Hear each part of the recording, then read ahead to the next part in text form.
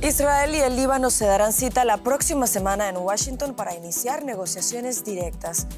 Según el primer ministro israelí Benjamin Netanyahu, el objetivo de estas conversaciones es desarmar a Hezbollah y establecer relaciones pacíficas con Líbano. Con esta noticia comenzamos el informativo en Deutsche Welle. Yo soy Carol Guerrero, los saludo desde Berlín. Arrancamos con titulares.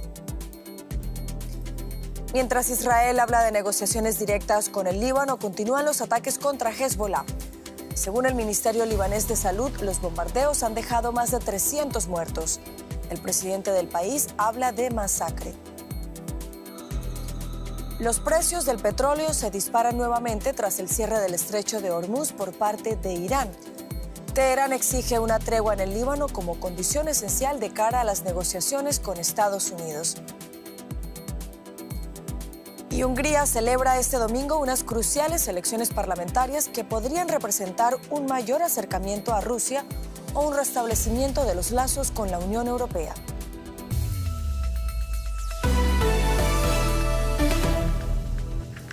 Las conversaciones entre Israel y Líbano tendrán lugar la próxima semana en Washington, según una fuente cercana al asunto.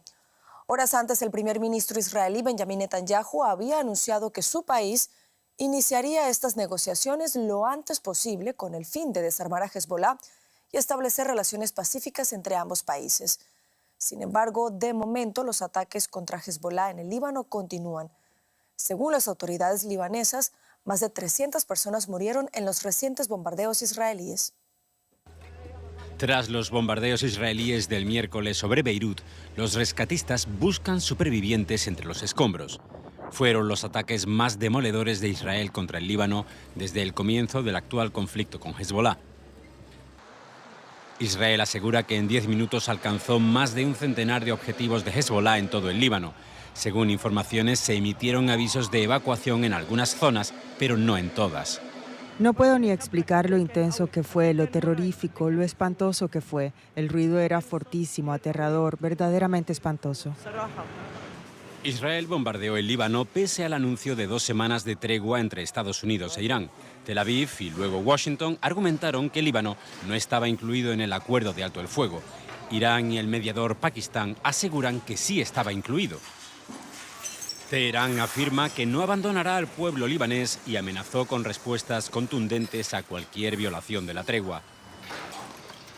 Todo ello hace germinar una enorme incertidumbre en el Líbano, tanto si hay alto el fuego como si no, mientras la población se ve obligada a vivir a la sombra de una guerra que escapa a su control. Ampliamos ahora informaciones con la periodista Maya Siminovich, a quien saludamos a esta hora en Tel Aviv. Maya, buenas noches. ¿Qué otros detalles nos puedes contar tú a propósito de estas negociaciones directas con el Líbano para desarmar a Hezbollah y que han sido anunciadas por el primer ministro Benjamin Netanyahu? Hola, Carol. Sí, ha agarrado por sorpresa este anuncio de Netanyahu sobre la orden que ha dado a su gabinete de gobierno de iniciar cuanto antes las conversaciones con el Líbano con el propósito de desarmar a Hezbollah, que es algo que en realidad han estado negociando durante los últimos muchos meses, desde el alto el fuego anterior con Hezbollah, que se respetó durante un año, desde noviembre de 2024, hasta que Hezbollah empezó a disparar de nuevo a Israel, que fue el pasado 2 de marzo. Pues, como digo, hubo un año en el que Hezbollah no hizo nada contra Israel en ese momento, seguramente rearmarse sí, pero no lanzar misiles, y el gobierno libanés estuvo tratando de desarmar a esta milicia que tiene también rehén a ese país. Parece que estaban hablando de esas negociaciones durante todo este tiempo, pero nada se avanzó. El hecho de que hoy Netanyahu haya hecho este anuncio es significativo justo después de que haya sido muy criticado por la comunidad internacional en general y en particular por Estados Unidos por haber usado el fuego de esa manera contra Hezbollah y civiles en el Líbano en las últimas 24 horas. Pues Amaya, a propósito de esos bombardeos israelíes, según el Ministerio de Salud del Líbano, la cifra de muertos por esos ataques supera ya los 300. ¿Qué se dice ahí en Tel Aviv sobre estos ataques? En Israel, desde luego, no se habla tanto de este tipo de cosas. Se ve en las noticias lo que está pasando, se sabe que han incrementado el fuego. Es algo que sucede no lo digo solamente en el último día, sino en los últimos meses. Israel estaba llevando en paralelo su guerra contra Hezbollah con la intención de desarmarlos, de subirlos al máximo al norte del Líbano para que no fueran una amenaza a los ciudadanos del norte de Israel y crear esa zona de desamortiguación, que es lo que Israel está creando dentro del Líbano. Sin embargo, en el Líbano se vive desde el otro punto de vista totalmente diferente. Más de 300 muertos en pocas horas, más de 100 objetivos que Israel dice que son solamente de Hezbollah, pero Hezbollah dice también el comunicado militar, firmemente incrustado en población civil. Pues estos son los resultados de este tipo de ataques que conocemos también de Gaza, por ejemplo. A propósito del alto al fuego con Irán, Maya, ¿qué dicen los israelíes? ¿Qué dice el ciudadano de a pie a propósito de esto? Hoy ha habido precisamente una encuesta, la primera, que se ha hecho después de declararse el alto el fuego, la ha hecho el canal público, CAN, y dice que el 56% de los israelíes piensan que no es lo correcto haber firmado el alto el fuego, sino que tenía que haberse continuado la guerra hasta el final. El 26% piensa que sí es lo correcto haberse declarado el alto el fuego y el 18% no sabe. De manera que, poco siguiendo la tónica general, la mayor parte de los israelíes aprueban esta guerra, pero cada vez menos, cada vez se ve que hay una contestación mayor. Maya Siminovich, desde Tel Aviv, gracias por estas informaciones.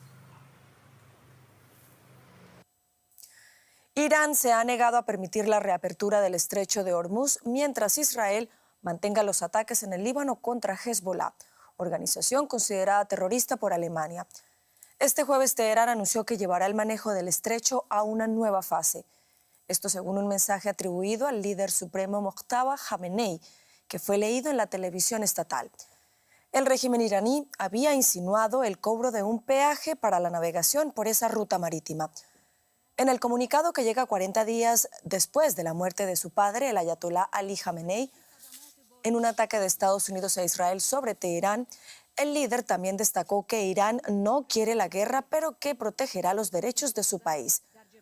Mojtaba Khamenei no ha aparecido en público desde su nombramiento como líder supremo y desde entonces se ha especulado sobre su estado de salud. Valoramos ahora estas informaciones con el analista político de Oriente Medio y el Golfo, Luciano Sácar, quien nos acompaña a esta hora desde Qatar. Luciano, buenas noches. Como acabamos de escuchar, Benjamín Netanyahu anunció que el gobierno israelí iniciará negociaciones directas con el Líbano. ¿Con quién serían estas negociaciones y, sobre todo, qué tanto se puede esperar de ellas? Bueno, aparentemente Israel quiere hablar directamente con el gobierno, no con Hezbollah, y las conversaciones están previstas, aunque ha sido todo muy sorpresivo, las conversaciones están previstas para realizarse en Washington. Quiere decir que las delegaciones que van a estar ahí van a ser principalmente las delegaciones diplomáticas del Líbano y de Israel que ya están en Washington, y al parecer va a haber un enviado especial de Israel a conversar, y el objetivo sería principalmente forzar al gobierno del Líbano a garantizar el desarme de Hezbollah. Es muy difícil que se pueda llegar a algún acuerdo importante, ya que Hezbollah ha dicho que no habría ningún acuerdo posible mientras no haya un alto el fuego, e Israel ha dicho que no va a haber ningún alto el fuego hasta que no haya una conversación, un acuerdo definitivo que logre una paz duradera. Por lo tanto, no empezamos con buen pie esta posible conversación. Luciano, también como acabamos de mencionar, la República Islámica ha publicado un comunicado que, según afirma, es del nuevo líder supremo Mojtaba Khamenei y afirma que la gestión del estrecho de Hormuz pasará a una nueva fase. ¿Cómo se puede interpretar esto? Bueno, Irán está tratando de imponer nuevas condiciones, o una condición que estaba dicha ya en estas 10 condiciones que había mandado a Trump, que eran, se supone, la base de una conversación en las próximas 2 semanas, pero que al parecer Trump no había leído correctamente, porque esta nueva digamos, condición era algo que Irán viene diciendo antes de esta guerra, que si Irán era atacado iba a cambiar su postura respecto al estrecho de Hormuz, y ahora quiere hacer esta condición como algo permanente para ejercitar un derecho que considera que tiene sobre las aguas por las que transcurre el estrecho. Evidentemente esto es lo contrario que lo que dice la única resolución que se aprobó en el Consejo de Seguridad y es contrario a lo que los otros países del Golfo y Estados Unidos y otros países esperan. Por lo tanto, también es difícil pensar que vaya a haber una conversación en estas 2 semanas con una condición que antes de empezar la guerra no existía, pero que surge como resultado de un ataque directo por parte de Estados Unidos que fuerza a Irán a cerrar el estrecho de Hormuz. En este comunicado que se atribuye a Mojtaba Khamenei, Luciano, también se dice que quienes abatieron a Ali Larijani pagarán por esto. En este contexto, ¿qué tan optimista entonces se puede ser con las negociaciones con Estados Unidos e Irán que van a comenzar mañana en Pakistán? No muy optimista, todavía no está confirmado, si no me equivoco, que la presencia de una delegación americana, la delegación iraní ya está viajando o estaba viajando hoy a Pakistán. Como el punto de partida ya es conflictivo y sobre todo sobre qué puntos sobre los que se va a discutir tampoco está muy claro con estas condiciones, por ejemplo, respecto al estrecho de Hormuz.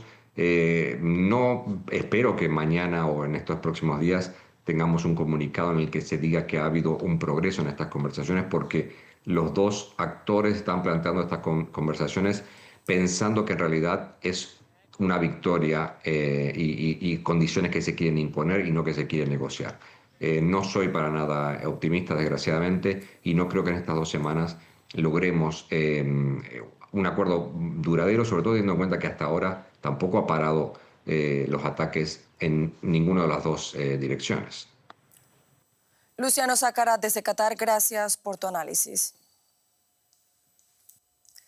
Y ya nos acompaña en estudio Paco Furió, lo que quiere decir que pasamos a la economía. Y Paco, cuéntanos cómo van los mercados. Pues se acabó la euforia de ayer, Carol. Los mercados financieros cambian de rumbo a golpe de cada novedad que estamos teniendo sobre la frágil tregua entre Estados Unidos e Irán. Pero de momento podemos decir que el petróleo vuelve a subir este jueves tras diluirse la euforia inicial por la reapertura del estrecho de Hormuz, una reapertura plagada de dudas. El barril de Brent, de referencia en Europa, ha llegado en un momento de la jornada a acercarse a la marca de los $100, para después moderarse hasta los 95. En esa moderación habría ayudado la noticia de que Israel se abre a negociar directamente con el Líbano. Pero la noticia llegaba ya tarde para las bolsas europeas, que cerraban en rojo, una muestra de la montaña rusa que viven los mercados internacionales desde que comenzó la guerra en Irán. Y cambiamos de tema. Sindicalistas, obreros y maestros de Venezuela protestaron hoy en Caracas para exigir un aumento del salario mínimo, que actualmente se ubica en 27 centavos de dólar al mes. Los trabajadores solicitan el fin de la política de bonificaciones y exigen una remuneración que permita cubrir la canasta básica, que ronda los $645 mensuales. El miércoles, la presidenta encargada, Delcy Rodríguez, reconoció la existencia de una crisis estructural y afirmó que la realidad económica del país es consecuencia de una década de bloqueo económico. Rodríguez prometió una reforma tributaria y un incremento del ingreso a partir del 1 de mayo. En un discurso marcado por el reconocimiento de una crisis económica, la presidenta encargada de Venezuela, Delcy Rodríguez, dio a conocer una serie de medidas para reactivar la economía de su país. La más llamativa fue el anuncio de un incremento salarial para el próximo 1 de mayo, aunque no precisó el porcentaje ni de si se trata del sueldo mínimo o de un ingreso que reciben los trabajadores públicos. El salario mínimo mensual en Venezuela está estancado desde marzo de 2022. A esa fecha llegaba a los $30, pero la inflación crónica y la devaluación lo mantienen hoy en 27 centavos de dólar, según el tipo de cambio oficial. Por ello, puede ser considerado simbólico si se toma en cuenta que la canasta básica alimentaria supera los $645 al mes. No obstante, la presidenta encargada subrayó que el aumento debe ser responsable. Lo que no podemos repetir, errores que cometimos en el pasado. Eso debe corregirse. Ningún incremento al ingreso de los trabajadores debe estar desprovisto de fuente de financiamiento. En marzo, el gobierno ya había incrementado de $160 a $190 un ingreso conformado por 2 bonificaciones que reciben los trabajadores públicos en bolívares a la tasa oficial del día. Rodríguez también anunció la creación de un Consejo Nacional de Economía para diseñar un nuevo modelo tributario. Según medios locales, en Venezuela varios gremios han advertido sobre la alta carga fiscal que enfrentan las empresas formales, que destinan en promedio 80% de su utilidad en el pago de los tributos. Rodríguez firmó también una ley orgánica para acelerar y simplificar trámites ante el Estado, para mejorar así la eficiencia y eficacia de las instituciones públicas. Además, pidió el levantamiento de las sanciones que pesan sobre el país para promover la reactivación económica. La recuperación de los activos y recursos bloqueados en el extranjero y que son del pueblo de Venezuela se destinarán inmediatamente a impulso productivo de la industria de los hidrocarburos y la minería que permita y garantice dar incremento de salario a nuestros trabajadores y a nuestras trabajadoras.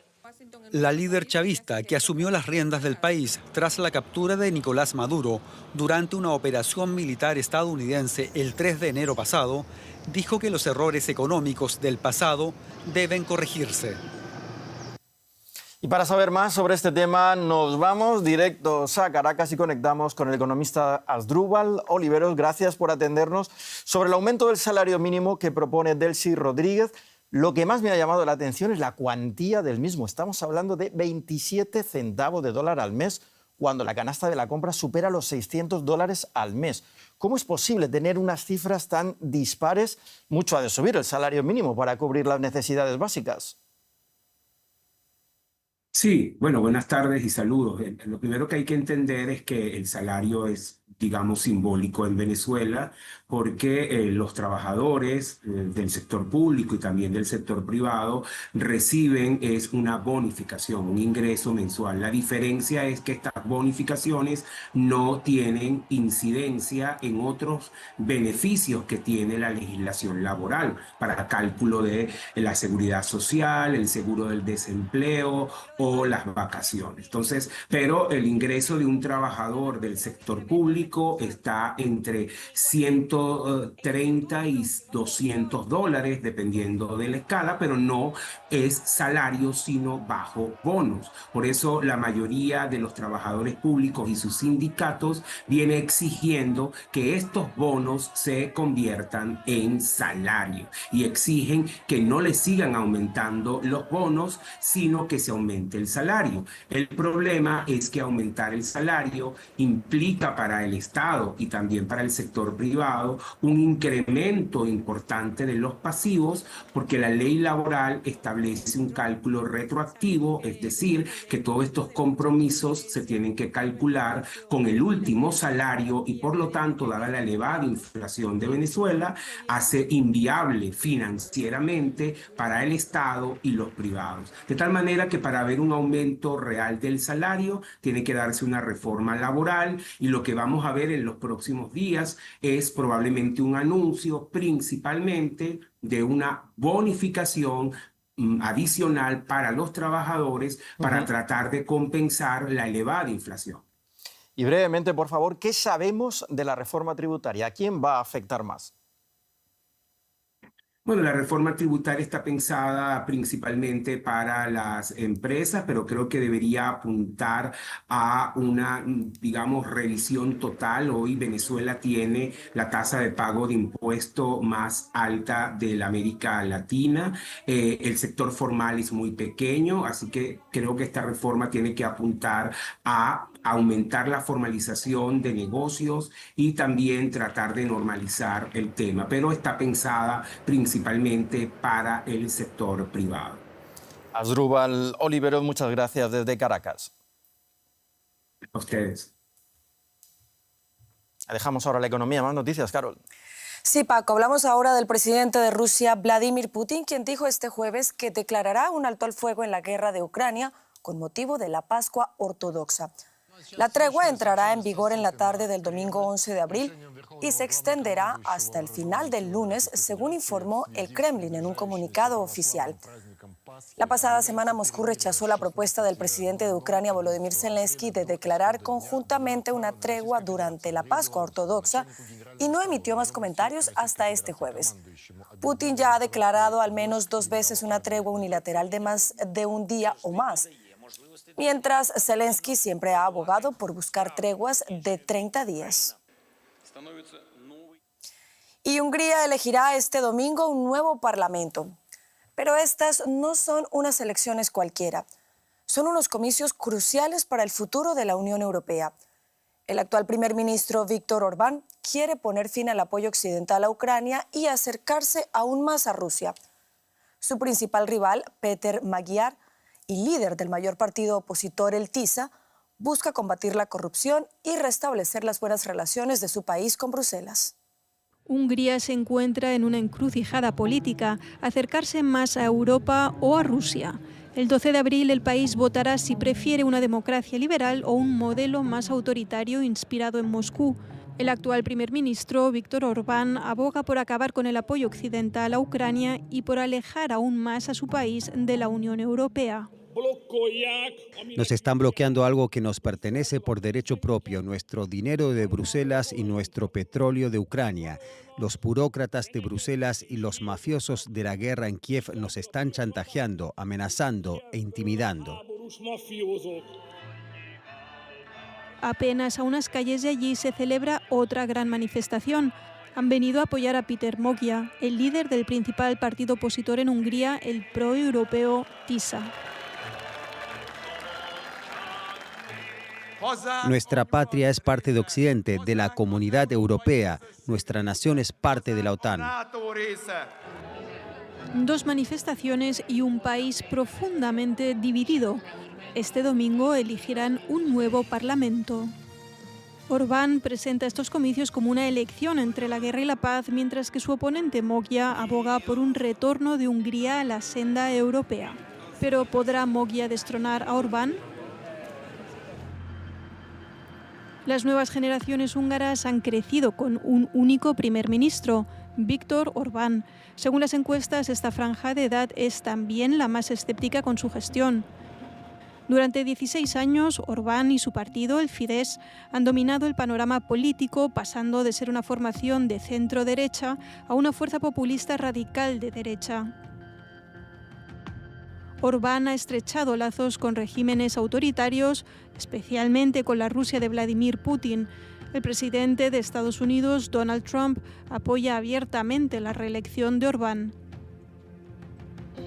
Por su parte, la Unión Europea lleva mucho tiempo señalando a Hungría por su retroceso democrático y el deterioro de su independencia judicial. La economía de arranque fulgurante prometida por Viktor Orbán se encuentra ahora estancada. Había pronosticado un crecimiento del 3 al 6% para 2025, pero la realidad fue de menos del 0,5%. Los salarios rondan la mitad de la media comunitaria y el nivel de vida se encuentra entre los más bajos de la UE. Su capital, Budapest, es más liberal y la frustración con Orbán es alta. Muchos sueñan con una Hungría distinta. Sueño que con estas elecciones acaben con Orbán y su gobierno para que podamos reconstruir la democracia. Sería bueno que no hubiera tanta corrupción y que no saquearan el país. En lugar de abordar la corrupción, el gobierno llena las calles de vallas publicitarias que retratan a funcionarios de la Unión Europea y al presidente de Ucrania como belicistas. Según su campaña, tanto ellos como el líder de la oposición, Péter Magyar, quieren arrastrar a Hungría a la guerra en la vecina Ucrania. Una táctica con la que siembran miedo y que cala en muchos seguidores de Orbán, que están convencidos de que con la oposición Hungría iría a la guerra. No queremos ir a la guerra, ni que nuestros jóvenes sean enviados al frente. En el cartel de este votante pone Stop Guerra, con fotos de Zelensky y Magyar tachadas en el medio. Lo veo en el resto de la Unión Europea. Todos los demás, excepto Orbán, dicen vayamos a la guerra. Por primera vez en 16 años, el Fidesz podría perder el poder. Estos manifestantes apuestan por Péter Magyar y su partido TISA. Moggia, antiguo defensor del Fidesz, se hizo con el liderazgo de TISA en 2024, un pequeño partido con poca trascendencia que existía desde hacía unos años. Ahora promete desbloquear los fondos congelados de la Unión Europea, acabar con la corrupción y gobernar para todo el espectro político. Esta es la última gran manifestación pro-TISA antes de las elecciones. Estoy feliz de estar aquí. Esto es esperanzador para nosotros. Anhelan un futuro pro-europeo y las encuestas sitúan a la oposición por delante, pero Fidesz tampoco cede terreno. Unas elecciones decisivas para Hungría. Cambiamos de tema, hablamos ahora de la primera dama de Estados Unidos, Melania Trump, quien negó este jueves haber tenido una relación cercana con Jeffrey Epstein y su cómplice Ghislaine Maxwell. Esto en una comparecencia pública realizada este jueves en la Casa Blanca. Melania Trump dijo que los señalamientos que la vinculan con el fallecido pederasta deben terminar. La primera dama aseguró que nunca mantuvo relación alguna con Epstein ni con su cómplice Maxwell, pero que, según ella, fueron invitados a las mismas fiestas dado que la coincidencia en los círculos sociales es habitual. Melania Trump reaccionó así a imágenes y declaraciones que han circulado en las redes sociales y las cuales ha calificado de completamente falsas. En Argentina, el Congreso aprobó en la madrugada del jueves una ley que habilita a las provincias a redefinir las áreas de protección de los glaciares para ampliar la explotación minera. La iniciativa, impulsada por el presidente Javier Milei, fue rechazada por activistas y organizaciones ambientales que advierten que agravará la crisis climática. Mientras se debatía en el recinto, miles de personas se manifestaron frente al Congreso con consignas como "el agua vale más que el oro" y "los glaciares no se tocan". Las organizaciones ambientales anunciaron que recurrirán a la justicia para frenar esta medida. Y antes de despedir, vamos con la primavera a Japón. Al pie del monte Fuji se celebra por estos días el Festival Anual de Cerezos en Flor. Con el lago Kawaguchi y el Fuji despejado de fondo, visitantes de todo el mundo disfrutan en todo el país del sakura, el cerezo en flor. No todos corrieron la misma suerte. Fuji Yoshida, una ciudad no muy lejos de Tokio, canceló su festival por el exceso de turismo. Aún así, esta tradición de primavera sigue convocando multitudes y sigue siendo difícil de resistir para los amantes de la naturaleza. Hasta aquí las noticias, sigan conectados a Deutsche Welle.